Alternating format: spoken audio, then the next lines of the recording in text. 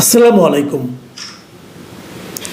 দর্শকের কথা অনুষ্ঠানে আপনাদের স্বাগত জানাচ্ছি। আজকে আমি বিভিন্ন অনুষ্ঠান থেকে যে দর্শকের মতামতগুলো আছে সেখান থেকে নির্বাচিত কিছু মতামত পড়ব এবং এখানে একটা কথা বলে নেই, বেশ কিছু মতামত থাকবে যারা নাকি আমার কর্মকাণ্ডকে তাদের মতো করে বিশ্লেষণ করেছেন। কিছু কিছু আমার প্রশংসাও আছে, সেগুলো ওটা আপনাদের সঙ্গে শেয়ার করতে চাই। আমি প্রথমে যে কমেন্টটা পড়ব সেটা লিখেছেন আব্দুল বাতিন। তিনি লিখেছেন, মাসুদ ভাই একটি সার্কেল চিন্তা করুন যে আমরা আসলে এক চোর থেকে আরেক চোরের দ্বারা শাসিত হচ্ছি। তারেক জিয়া একসময় দুর্নীতির বরপুত্র ছিল, এরপর আসলো শেখ হাসিনা, এরপর ইউরোপ আমেরিকার এজেন্ট, এরপর আবার সেই দুর্নীতির বরপুত্র। আসলে আমরা এক হতভাগা জাতি।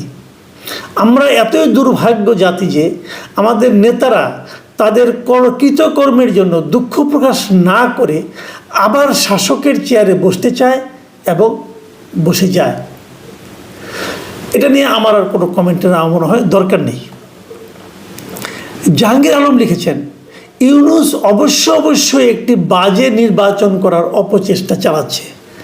তারেক রহমান তার পাতানো ফাঁদে পা না দিয়ে জাতিকে রক্ষা করবে এই প্রার্থনা করছি। মানে উনি এটা লিখেছেন আসলে তারেক রহমান সঙ্গে দেখা করার জন্য, বৈঠক করার জন্য যে ডক্টর ইউনূস এই মুহূর্তে ব্রিটেনে আছেন সেটার প্রেক্ষিতে ওনার কি প্রত্যাশা সেটাই বলেছেন।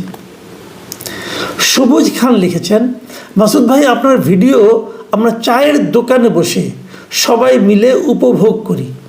আপনার যুক্তিসঙ্গত কথাগুলো আমরা খুবই পছন্দ করি, ভালোবাসা রইল। নেওয়াজ শরীফ লিখেছেন, আপনার ভিডিওর জন্য অপেক্ষা করে বসে থাকি শ্রদ্ধেয় মাসুদ কামাল ভাই।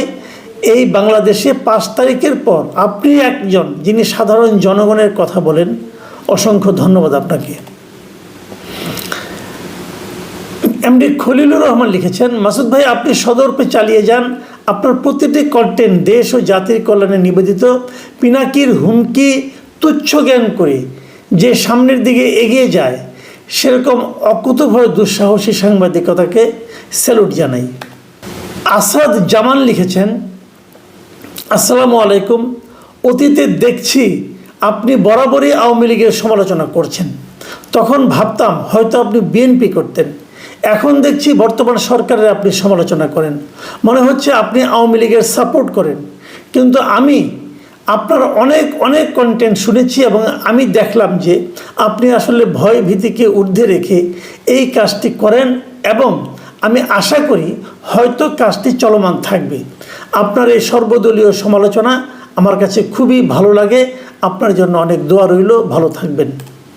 মিলন কবির রিজভি তিনি লিখেছেন, কাকু আপনি আওয়ামী লীগের বিরুদ্ধে বলছেন ঠিক আছে 5 আগস্টের আগে, কিন্তু 5 আগস্টের পর থেকে বিএনপির দালালি করে আসছেন, এটার জবাব চাই। যেহেতু উনি জবাব চান অতএব বলি, জিনিসটা হলো এখন আমি বিএনপির দালালি করি না, আমি বিএনপির অনেক কর্মকাণ্ডের অনেক সিদ্ধান্তের সমালোচনা করি। এটা নিশ্চয়ই আপনি শুনেছেন। আপনারা যে কথা বিএনপি যে সমালোচনাটা কেউ করে না, যে তারেক রহমান কেন দেশে আসছেন না, এটার সমালোচনা কিন্তু আমি অনেকবার করেছি। কাজে আমি বিএনপির দালালি করি এভাবে ভাববেন না ভাই। আবুল কালাম লিখেছেন, ইউনূস সাহেব হচ্ছে একটা চাপাবাজ। কারণ আওয়ামী লীগ আর জাতীয় পার্টি ছাড়া নির্বাচন কেমনে পৃথিবীর সুন্দর নির্বাচন হয় এটাই আমি বুঝলাম না। উনি এত চাপা মারে কেন? এখনকার মিডিয়াগুলো শুধু টাকার জোরে, ইউনূস সাহেব টাকা দেয় সেই জন্য মিডিয়াগুলো সত্য খবর প্রকাশ করে না, শুধু ইউনূস সাহেবকে নিয়েই আর এনসিপিকে নিয়ে ব্যস্ত থাকে। বস্তুনিষ্ঠ খবর আর আমরা পাই না। শেখ নজরুল ইসলাম লিখেছেন, ডক্টর ইউনূসের লেজে গোবরে অবস্থা, দ্রুত নির্বাচন দিয়ে তার সরে যাওয়া উচিত। হাসান খান সৈয়দ লিখেছেন, আমরা অপেক্ষায় আছি একটি তামাশার নির্বাচন দেখার জন্য। আহমেদুল্লাহ লিখেছেন, আওয়ামী লীগ ও শরিক দলের 50% ভোট আছে, তাদেরকে বাদ দিয়ে যে নির্বাচন হবে সেই সরকার মেয়াদ পূর্ণ করতে পারবে না, লিখে রাখেন। আমি এটা নিয়ে একটা কথা বলি। দেখুন, আওয়ামী লীগ এবং তার শরিক দলের 50% ভোট আছে কি নাই সেটা কিন্তু অন্য বিতর্ক। আমি ব্যক্তিগতভাবে মনে করি ওনাদের 50% ভোট ভাই নাই। 15 বছর ওনারা যে দুঃশাসন এদেশে পরিচালনা করেছেন তাতে এত ভোট তাদের আছে এটা আমি মনে করি না। যদিও গত 10 মাসে আওয়ামী লীগের ভোট কিছুটা বেড়েছে, কিন্তু সেটাও এত হবে না। কিন্তু কত পার্সেন্ট ভোট এটা আসলে ইম্পর্টেন্ট না। গণতন্ত্রে একটা মানুষও গুরুত্বপূর্ণ, একজন সিঙ্গেল মানুষ, তার বক্তব্যটা শোনাও গণতন্ত্রের জন্য অপরিহার্য। কিন্তু যদি নির্বাচনে যেভাবে আপনি যেটা বলছেন যে মানে কাদেরকে বাদ দিয়ে নির্বাচন, তো যদি নির্বাচনে সেই মানুষটাকে আপনি বাদ রাখেন তাহলে সেই নির্বাচন নিয়ে আসলে আপনার যে হতাশা, আপনার যে আশঙ্কা সেটা কিন্তু হতে পারে। এবং আগামী সরকার যদি মেয়াদ পূর্ণ করতে না পারে, আপনি বলছেন যে চ্যালেঞ্জ করছেন যে মেয়াদ পূর্ণ করতে পারবে না, লিখে রাখেন। যদি মেয়াদ পূর্ণ করতে না পারে সেটাও কিন্তু এই জাতির জন্য একটা দুর্ভাগ্যের ব্যাপার হবে। এই কমেন্টে লিখেছেন আবুল কালাম। তিনি লিখেছেন, ভাই আপনারা যতই চাপা মারেন বিদেশি নাগরিক এই দেশ চালাবে না। হাসিনা তো বিদেশি নাগরিক ছিল না, কিন্তু ইউনূস তো বিদেশি নাগরিক, তাকেই এনে তো বসাইলাম। আপনারা এখন আবার বিরোধিতা করছেন কেন? তাহলে হাসিনাই ভালো ছিল এই দেশের জন্য? তখন আপনি যে কথাগুলি বলেন এইগুলির সঙ্গে কিন্তু এভাবে এইটাকে আলোচনা করা যাবে না। হাসিনা বিদেশি নাগরিক ছিল কিনা, ডক্টর ইউনূস বিদেশি কিনা, হাসিনার পরিবর্তে ইউনূস আনলাম এতে কি খারাপ হয়ে গেল কিনা, বিষয়গুলো এভাবে না। আমি যে কথাটা বলেছি আবার বলি, আমি বলতে চেয়েছি যাদের বিদেশে নাগরিকত্ব আছে অথবা যারা বিদেশে গ্রিন কার্ড হোল্ডার, মানে বিদেশে যে থাকতে পারবেন, কাজ করতে পারবেন, যদি আপনার বিকল্প একটা সংস্থান থাকে, বিকল্প একটা যাওয়ার জায়গা থাকে, তাহলে সেরকম ব্যক্তিকে এই দেশের নীতি নির্ধারণী দায়িত্বে দেওয়া উচিত নয়। এটাই ছিল আমার বক্তব্য। কারণটা হলো এই, তারা যদি দেশের কোনো ক্ষতি করে এবং ক্ষতি করে চলে যায়, যেহেতু তাদের বিদেশে থাকার ব্যবস্থা আছে, বৈধভাবে তারা থাকতে পারবে, অতএব তাদেরকে এনে যে বিচারের আওতায় আনবেন সেটা আপনি পারবেন না। এই জন্যই আমি কথাটা বলেছি। এখানে হাসিনা কিংবা ডক্টর ইউনূস এভাবে তুলনা না করে আমি মনে করি ভালো। এই মন্তব্যটা লিখেছেন ভিলেজ ফিশিং মডার্ন ফিশ, বিশাল একটা নাম। এবং উনি লিখেছেন, কামাল ভাই আমি আপনাকে অপেক্ষাকৃত নির্মোহ মনে হয়, তাহলে আপনার উচিত হবে এই যে সমন্বয়কের বাড়িতে স্নাইপার রাইফেল পাওয়া গেছে তা নিয়ে একটা অনুসন্ধানী বা নিদেন পক্ষে গবেষণামূলক একটা ভিডিও বানান, যাতে সাধারণ মানুষ সত্যিটা জানতে পারে। কারণ মিডিয়া যেভাবে লুকিয়ে রাখার চেষ্টা করছে এটা সত্যি সন্দেহজনক। আমি ওনাকে বলছি কথাটা যে আসলে কিন্তু এটা খুবই একটা মানে আপনার উদ্বেগজনক কথা। আমরা দেখেছি দুদিন আগে যে আপনার আর্মি সেনাবাহিনী একটা বাড়ি থেকে, যে বাড়িতে নাকি একজন সমন্বয়ক মানে বলা হচ্ছিল, দাবি করছিলেন, সেরকম একটা বাড়ি থেকে স্নাইপার রাইফেল উদ্ধার করেছে। মাথায় রাখবেন, স্নাইপার রাইফেলটা কেন? এটার কাজ হলো অনেক দূর থেকে টার্গেট করে কাউকে মারা যায়। তো ওনার বাড়িতে স্নাইপার রাইফেলটা কেন এলো, কোথা থেকে এলো? স্নাইপার রাইফেল কিন্তু আপনি চাইলেই যে কোনো দোকান থেকে কিনতে পারবেন না। এটা কিন্তু একটা অত্যন্ত গুরুত্বপূর্ণ এবং উদ্বেগজনক ঘটনা। এবং এটার সঙ্গে অনেকে হয়তো এখন কি হবে, অনেকে হয়তো পুরনো কোনো ঘটনার একটা যোগ সাজস কিন্তু খুঁজে বের করার চেষ্টা করতে পারেন, সেটা হবে আরও দুঃখজনক। আমি মনে করি এই বিষয়টার খুব দ্রুত একটা সুরাহা হওয়া উচিত।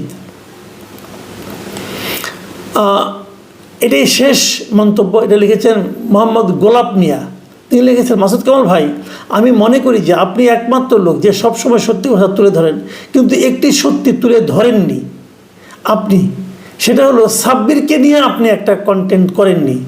আশা রইল তাড়াতাড়ি করবেন ভাই আপনি। হ্যাঁ, সাব্বিরকে নিয়ে আসলে আমার একটা কন্টেন্ট করার ইচ্ছা আছে।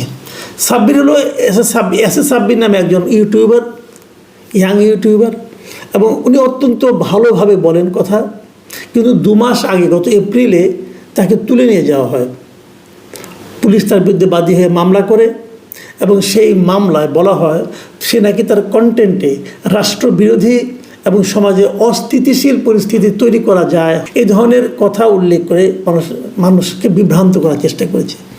এই ধরনের কথা বলা হয়েছে এবং আর্মিকে সেনাকে বিভ্রান্ত করার চেষ্টা করেছে, সেনাবাহিনীর মধ্যে বিশৃঙ্খলা তৈরির চেষ্টা করা হয়েছে।